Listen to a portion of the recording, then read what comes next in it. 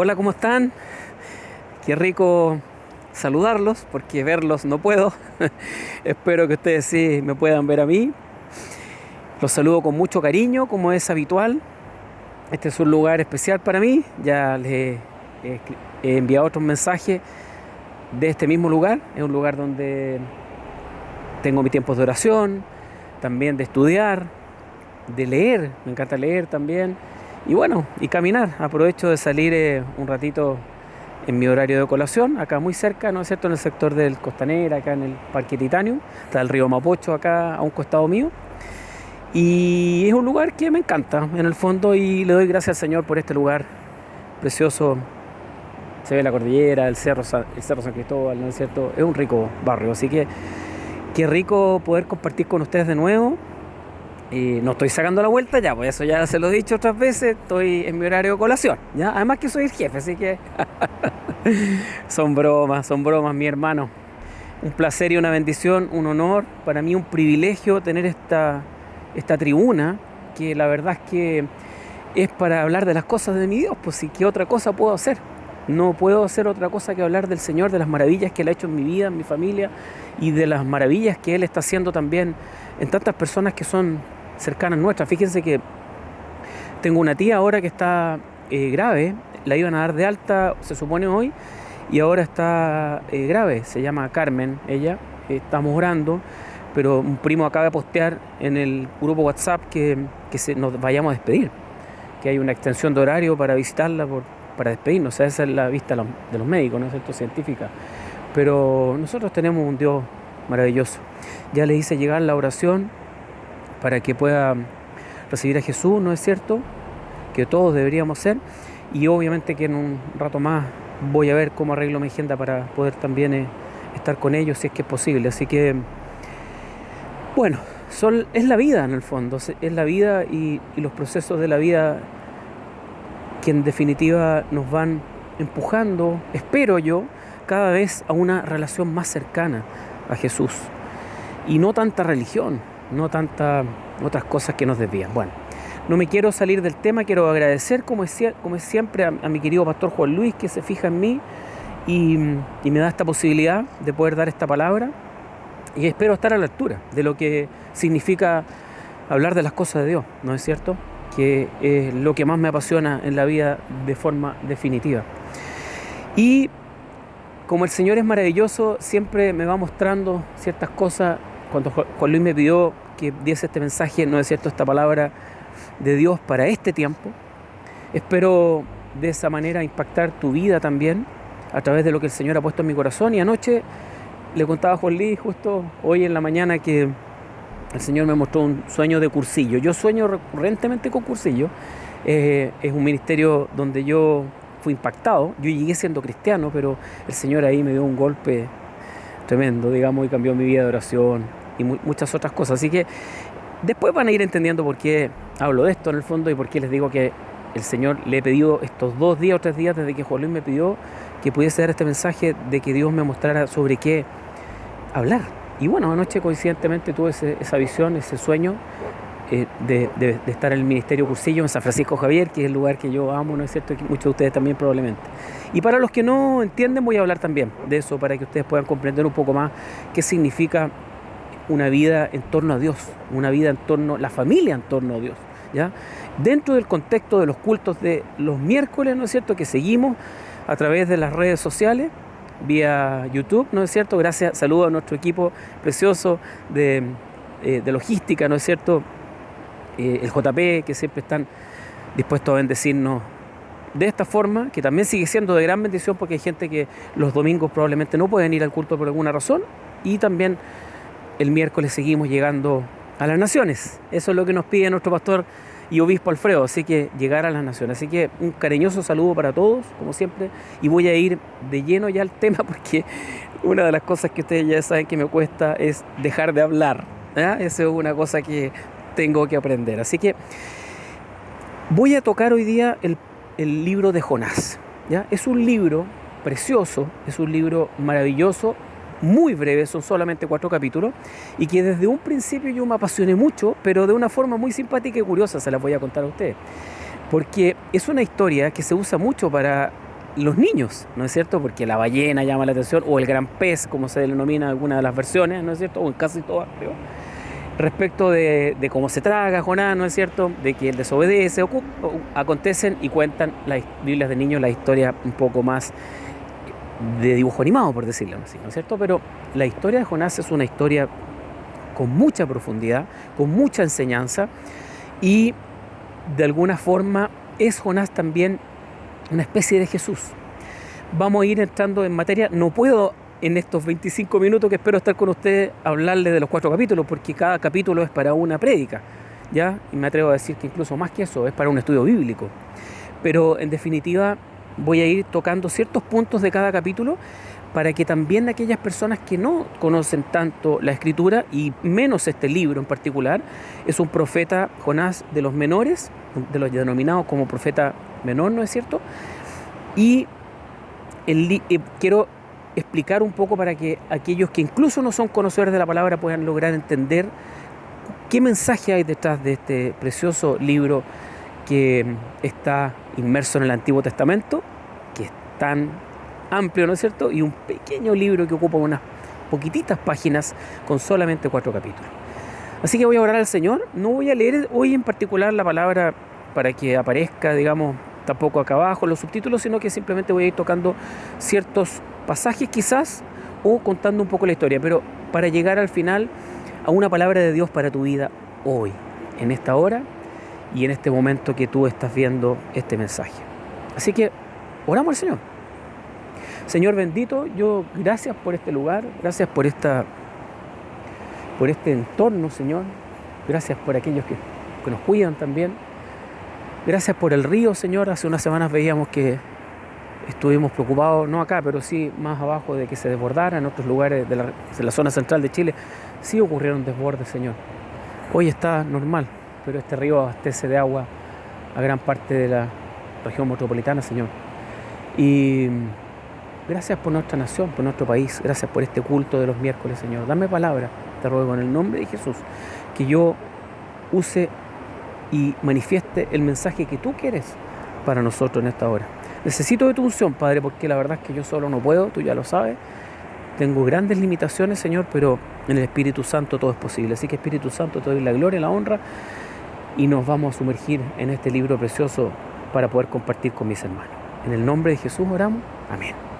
Amén. Bueno, la historia de Jonás es un profeta que es llamado por Dios a ir a la ciudad de Nínive, una ciudad importante en aquella época, grande, con una cantidad de habitantes que lo dice también, de 120.000 personas. Y Dios decide, se levantó, dice a Dios la palabra, dice, voy a leer el versículo 1, la palabra del Señor vino a Jonás, hijo de Amitai, anda, le dice, ve a la gran ciudad de Nínive y proclama contra ella que su maldad ha llegado hasta mi presencia. O sea, Dios decide enviar a Jonás para que él, como profeta, en este caso verbalmente, vaya y le diga que Dios ha visto que la maldad de ellos ha subido hasta su presencia y que Dios tiene un plan para ellos. Jonás, simpáticamente, y ahora perdón, pero antes hace un rato creo que dejé algo sin cerrar.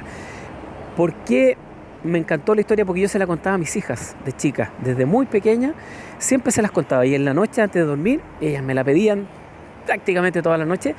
Y claro, el tema de la tormenta hacía que yo hiciera ciertos ruidos, ¿no es cierto?, con mi boca, y que ellas quedaban, pero así me miraban con los ojos. Yo les contaba el chapuzón que Dios se lo trataba de contar bien bíblicamente, pero en el momento, obviamente, del viento, yo comenzaba a hacer, por ejemplo, algo así.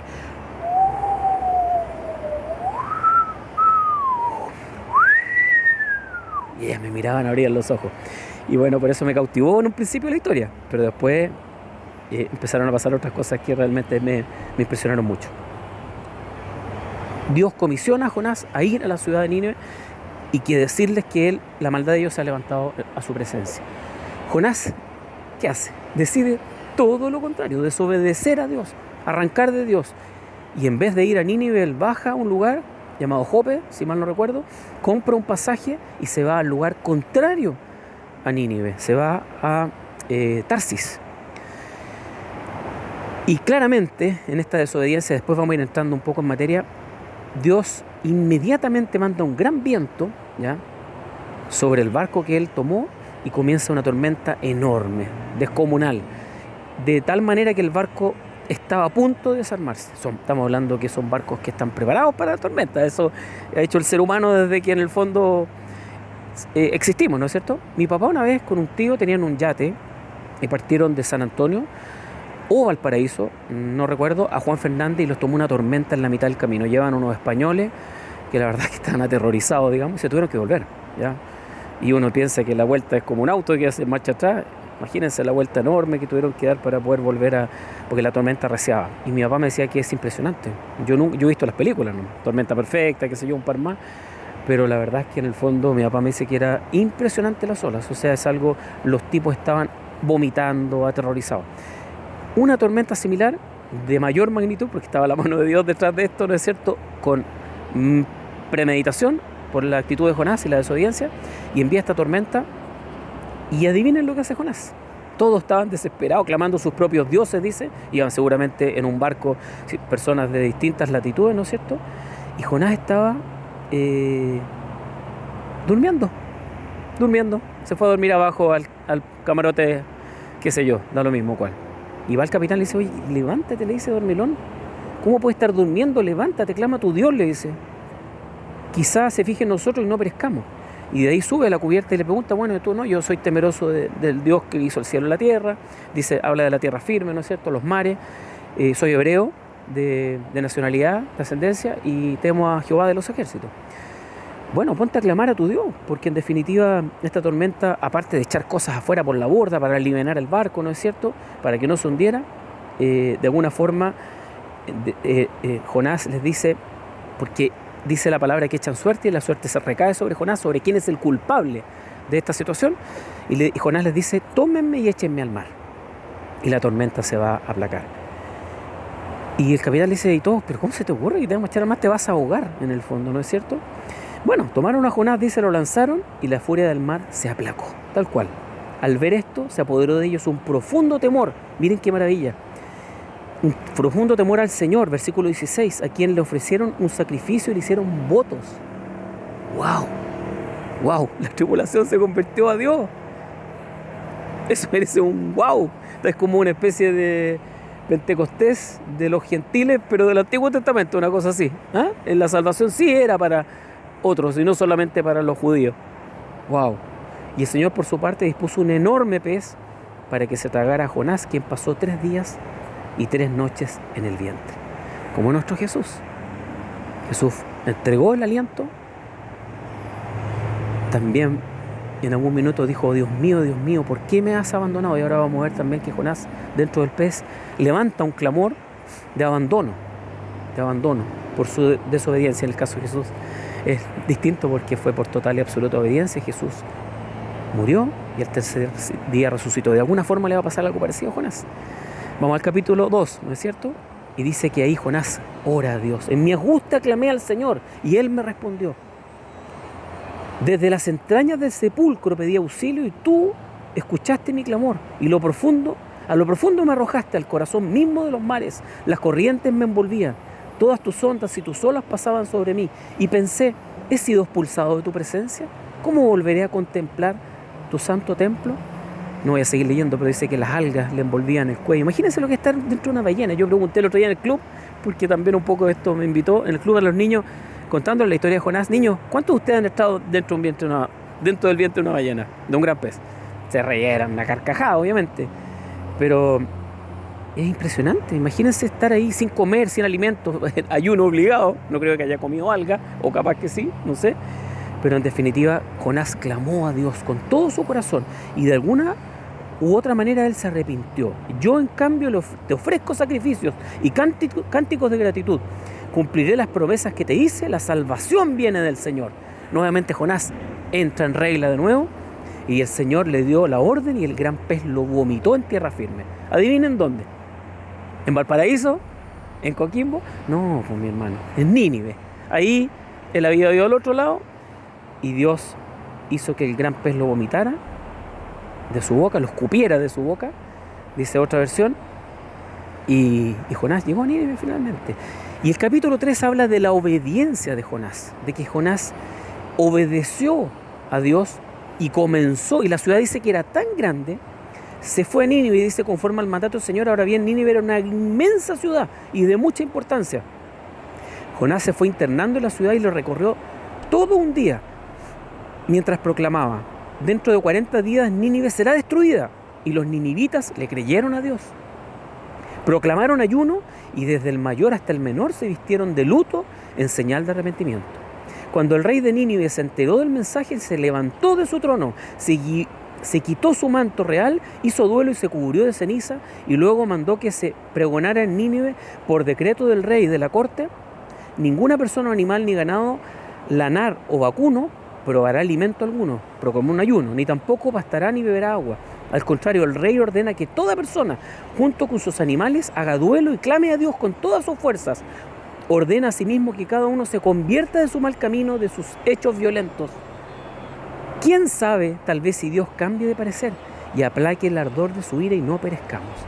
Al ver Dios, por favor pónganme atención, lo que hicieron, es decir, que se habían convertido de su mal camino, cambió de parecer y no llevaba a cabo la destrucción que le había anunciado. ¡Wow! De nuevo, nuevamente un wow. ¿El Evangelio a los gentiles en el Antiguo Testamento? Sí. Y de ahí voy a explicarles también un poquito, Dios mediante me dé sabiduría, con respecto a lo que significa también un poco el panorama de toda la Escritura, que toda está en torno al Evangelio. No puedes entender el Antiguo Testamento si no has entendido el Nuevo. No puedes entender nada de la Escritura si no has comprendido el mensaje de salvación que Cristo hizo en la cruz. El capítulo 4 dice, para ir terminando, enojo de Jonás. Es muy curioso, partimos en un capítulo inicial desobedeciendo.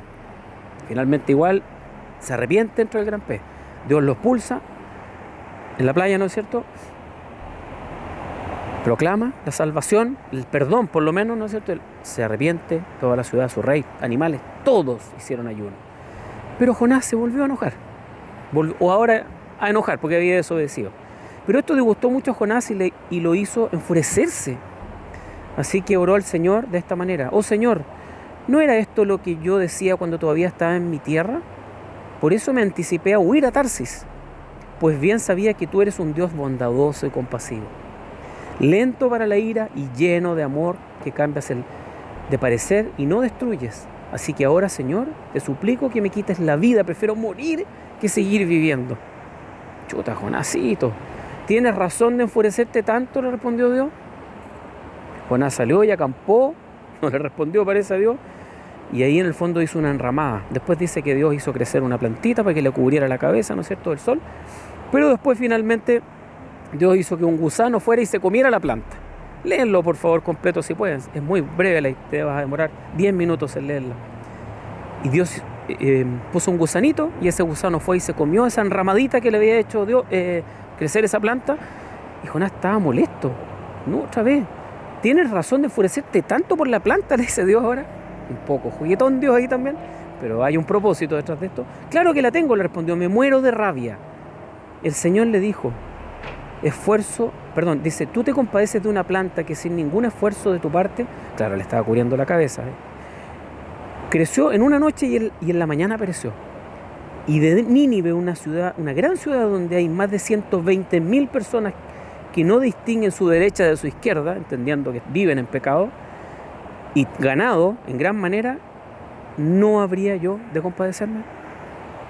Bueno, aquí termina la historia, ¿no es cierto?, de Jonás, repasándola en los 4 capítulos.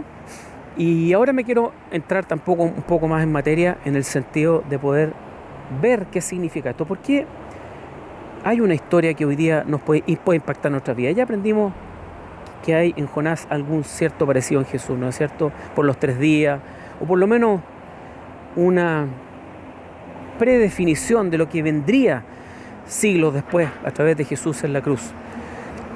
Hace harto frío aquí, mi hermano, así que estoy de a poquitito y tengo las patas aquí en el barro, pero está sólido, no se preocupe. Y no me voy a tirar para el río tampoco, porque de ahí le voy a hacer un acercamiento del lugar. No se preocupe, está todo bajo control y el Señor está en este momento con nosotros. Entonces, ¿cuál es el plan de Dios para la humanidad? Fíjense que, y aquí aprovecho a saludar aparezco en la tele, ya estoy saludando a todo el mundo, pero a mi pastor Guillermo también, que este año hemos estado haciendo un curso precioso y acabamos de terminar, estoy haciendo mi ensayo ahora. Oré por mí, mi hermano, porque estoy ahí, se me está yendo un poquitito en collera, pero ahí vamos, dándole.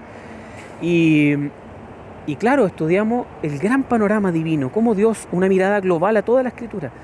Y ha sido precioso para mí, pese a que llevo 23 años estudiando sistemáticamente las Escrituras a través de mi querido EBCI, ¿no es cierto?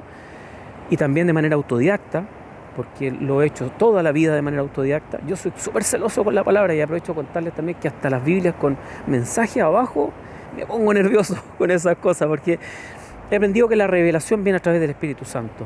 Y cuando tú estudias la palabra y buscas de Dios, Él te revela. Y bueno, en ese sentido les puedo decir que este año ha sido de gran bendición para mí y para los compañeritos del grupo, ¿no es cierto?, con el pastor Guille, porque hemos entendido la mirada global de Dios sobre las edades, sobre los tiempos, sobre el Génesis, en el fondo la etapa, digamos, de los distintos reinos que han estado establecidos dentro de la historia del hombre. Y hay un plan de Dios trazado en el origen que fue interrumpido por Adán y Eva en la desobediencia, ¿no es cierto?, en la tentación que infringió la serpiente antigua, Satanás, sobre ellos, engañándoles, finalmente llegando como resultado la muerte, ¿no es cierto?, el pecado primero que todo, y después la muerte, que es el último enemigo que Jesús ya venció y que nosotros todavía no vencemos, aún vivimos en la carne, ¿no es cierto? Pero en definitiva, Dios estableció un plan perfecto, fue interrumpido. De ahí voy a ser muy breve, pero de ahí viene un proceso en que Dios escoge a un Abraham, ¿no es cierto?, lo transforma en padre de multitudes, a Abraham, con otra A y una H, ¿no es cierto? Y en definitiva hay una promesa para Abraham, que en definitiva en ti serán benditas, multiplicaré tu descendencia en las naciones, mirando las estrellas, hablando de lo que haría Jesús, de alguna manera después, siglos después, ¿no es cierto?, milenios después en realidad.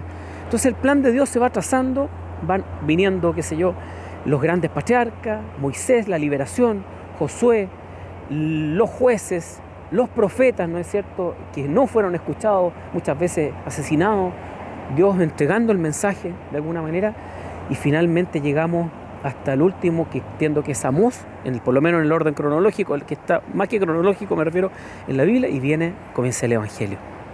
¿Y cómo comienza el Evangelio? Con la genealogía de Jesús, ¿no es cierto?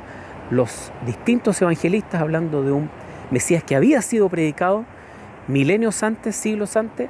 Finalmente Jesús consuma, viene en la tierra, hace su muerte, su resurrección, entrega su mensaje que hoy día nosotros conocemos como Nuevo Testamento, ¿no es cierto?, diciendo que Él ha venido a dar vida en abundancia, y que también Él no ha venido a derrocar la ley por ningún motivo, pero sí a dar un nuevo mandamiento, que es ama a tu prójimo, ama a Dios sobre todas las cosas, y a tu prójimo como a ti mismo. Y de estos dos mandamientos dependen toda la ley y los profetas, o sea, Moisés, todos los profetas, Abraham, todos dependen del gran mandamiento de amar a Dios sobre todas las cosas y amar al prójimo como a uno mismo. Jesús se entrega a la cruz del Calvario, resucita el tercer día, y lo vieron 500, lo vieron 12, lo vieron montones, todo está documentado. Y Jesús asciende al cielo y hoy día está esperando para otra venida que nadie sabe, nadie conoce, ¿no es cierto?, para venir a rescatar a su pueblo y ya hacer un gobierno eterno en la Nueva Jerusalén, que está en el Apocalipsis, ¿no es cierto? Y, por supuesto, también aquellos que fueron sus enemigos, de alguna forma irán al lugar que les corresponde, que es el infierno. No es el mensaje para hablar del infierno ahora, ni quiero asustarlo, pero en definitiva sí, debo ser categórico en hablar que existe. No hay medias tintas, es la eternidad con Dios o sin Dios. Y eso es un poco, muy brevemente, y con mucho respeto lo hago, un poco el plan de salvación.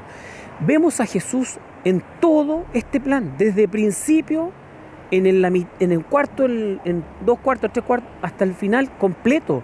Por eso decía al principio, o hace un rato atrás, que nadie puede comprender el mensaje de la Biblia si no comprende el Evangelio, si no ha logrado entender que el sacrificio de Cristo en la cruz es el que puede dar salvación. Ni tu religión, ni tener amistades fabulosas, estupendas, ni hacer rezos, ni oraciones repetitivas para que Dios te pueda perdonar. Nada de eso te puede entregar el perdón. La única manera de recibir el perdón es a través de entender que Jesús murió en la cruz, resucitó al tercer día, que eres pecador, que vivimos en la carne, y en virtud de ese sacrificio tú puedes recibir la salvación.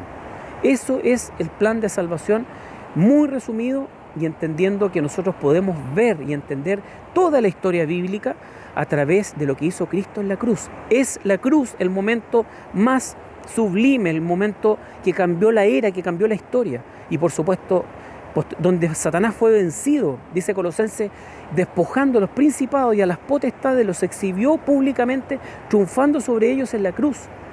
Es ahí donde Jesús derrotó a Satanás, primer enemigo. Y el segundo enemigo es la muerte. También Jesús lo derrota porque Jesús resucitó. Y hoy día está vivo, no está crucificado.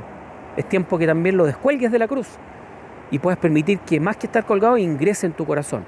Y posteriormente no se ha cumplido, aún estamos en un mundo caído, vivimos la herencia de Adán y Eva, y el postrer enemigo para nosotros aún no ha sido vencido, porque nosotros no hemos vencido a la muerte aún.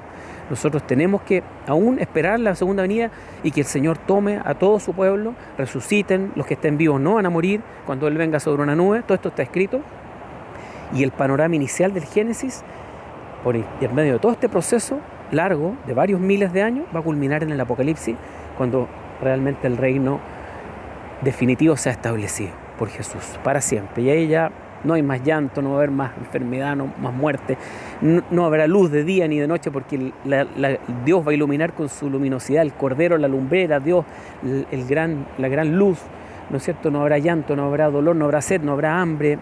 Yo espero que Dios nos va a regalonear y vamos a hacer cosas maravillosas. Imagínate lo que quieras, como cuando mis hijas me dicen, papá, ¿qué va a pasar? No, es que va a haber pasto, dice una, o la caro, pasto, animales, el cordero y el león, ¿no es cierto? Animales carnívoros con herbívoros van a poder. Y claro, Apocalipsis dice que el piso es de oro, o qué sé yo, hay una distancia de 2 estadios por un lado por otro, ya que son medidas que un poco se reflejan también en virtud también de las 12 tribus de Judá. Hay muchos simbolismos, pero en definitiva Jesús va a establecer nuevamente su reino. Volviendo al tema y para ir cerrando ya, Jonás es parte de este proceso. Es parte de este proceso. Y la invitación que les quiero hacer ahora, mis queridos amigos, y un poco en virtud de volver al origen también con respecto a Cursillo, es a que nosotros estamos con un sentido de urgencia. El Evangelio tiene un sentido de urgencia, porque algunos dicen, no, que Jesús ha demorado en volver, qué sé yo, que la venida del Señor está dada por tardanza.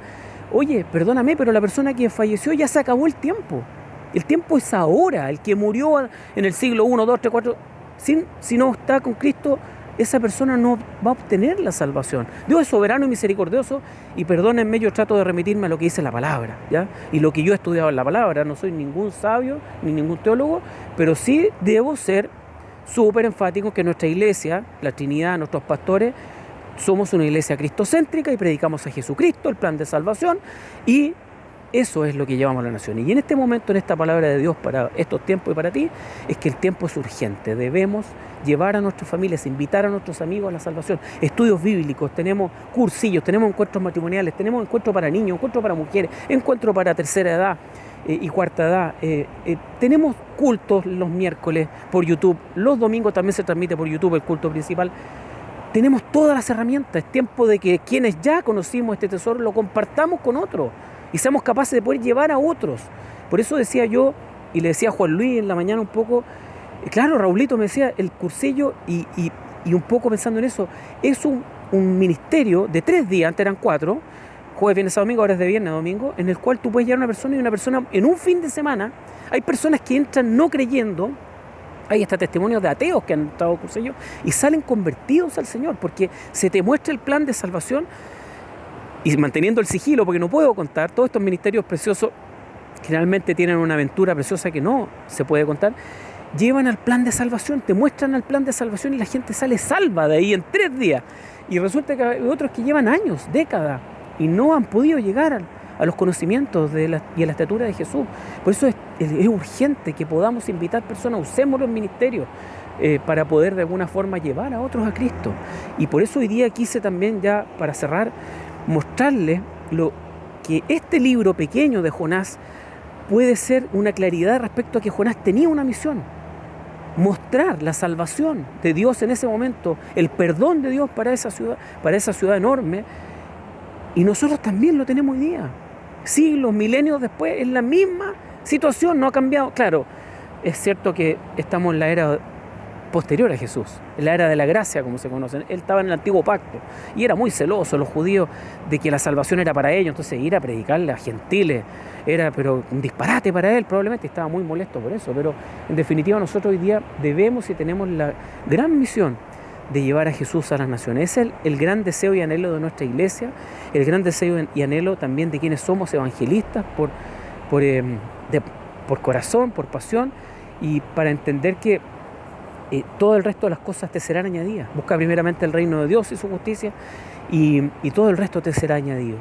Eso es lo que les quería compartir. Ya estoy en los 30 minutos, suficiente. Hay tanto que hablar, mis queridos amigos, y la verdad es que ojalá puedan compartir estos mensajes también, mostrarlos a otros, y que muchas personas puedan ir conociendo. Dios, nosotros sembramos la semilla en la medida que podemos, y el resto de la obra la hace el Señor, no nosotros. Pero tú preocúpate al menos de hacer clic y enviar este mensaje a otro, para que se multiplique. No tengas temor de enviarlo a tus parientes, a tus amigos, hazlo. ¿Qué importa si además el que está haciendo el loco soy yo ahora, no tú? Así que hay tantas maneras de que podemos nosotros. Primero prepárate tú.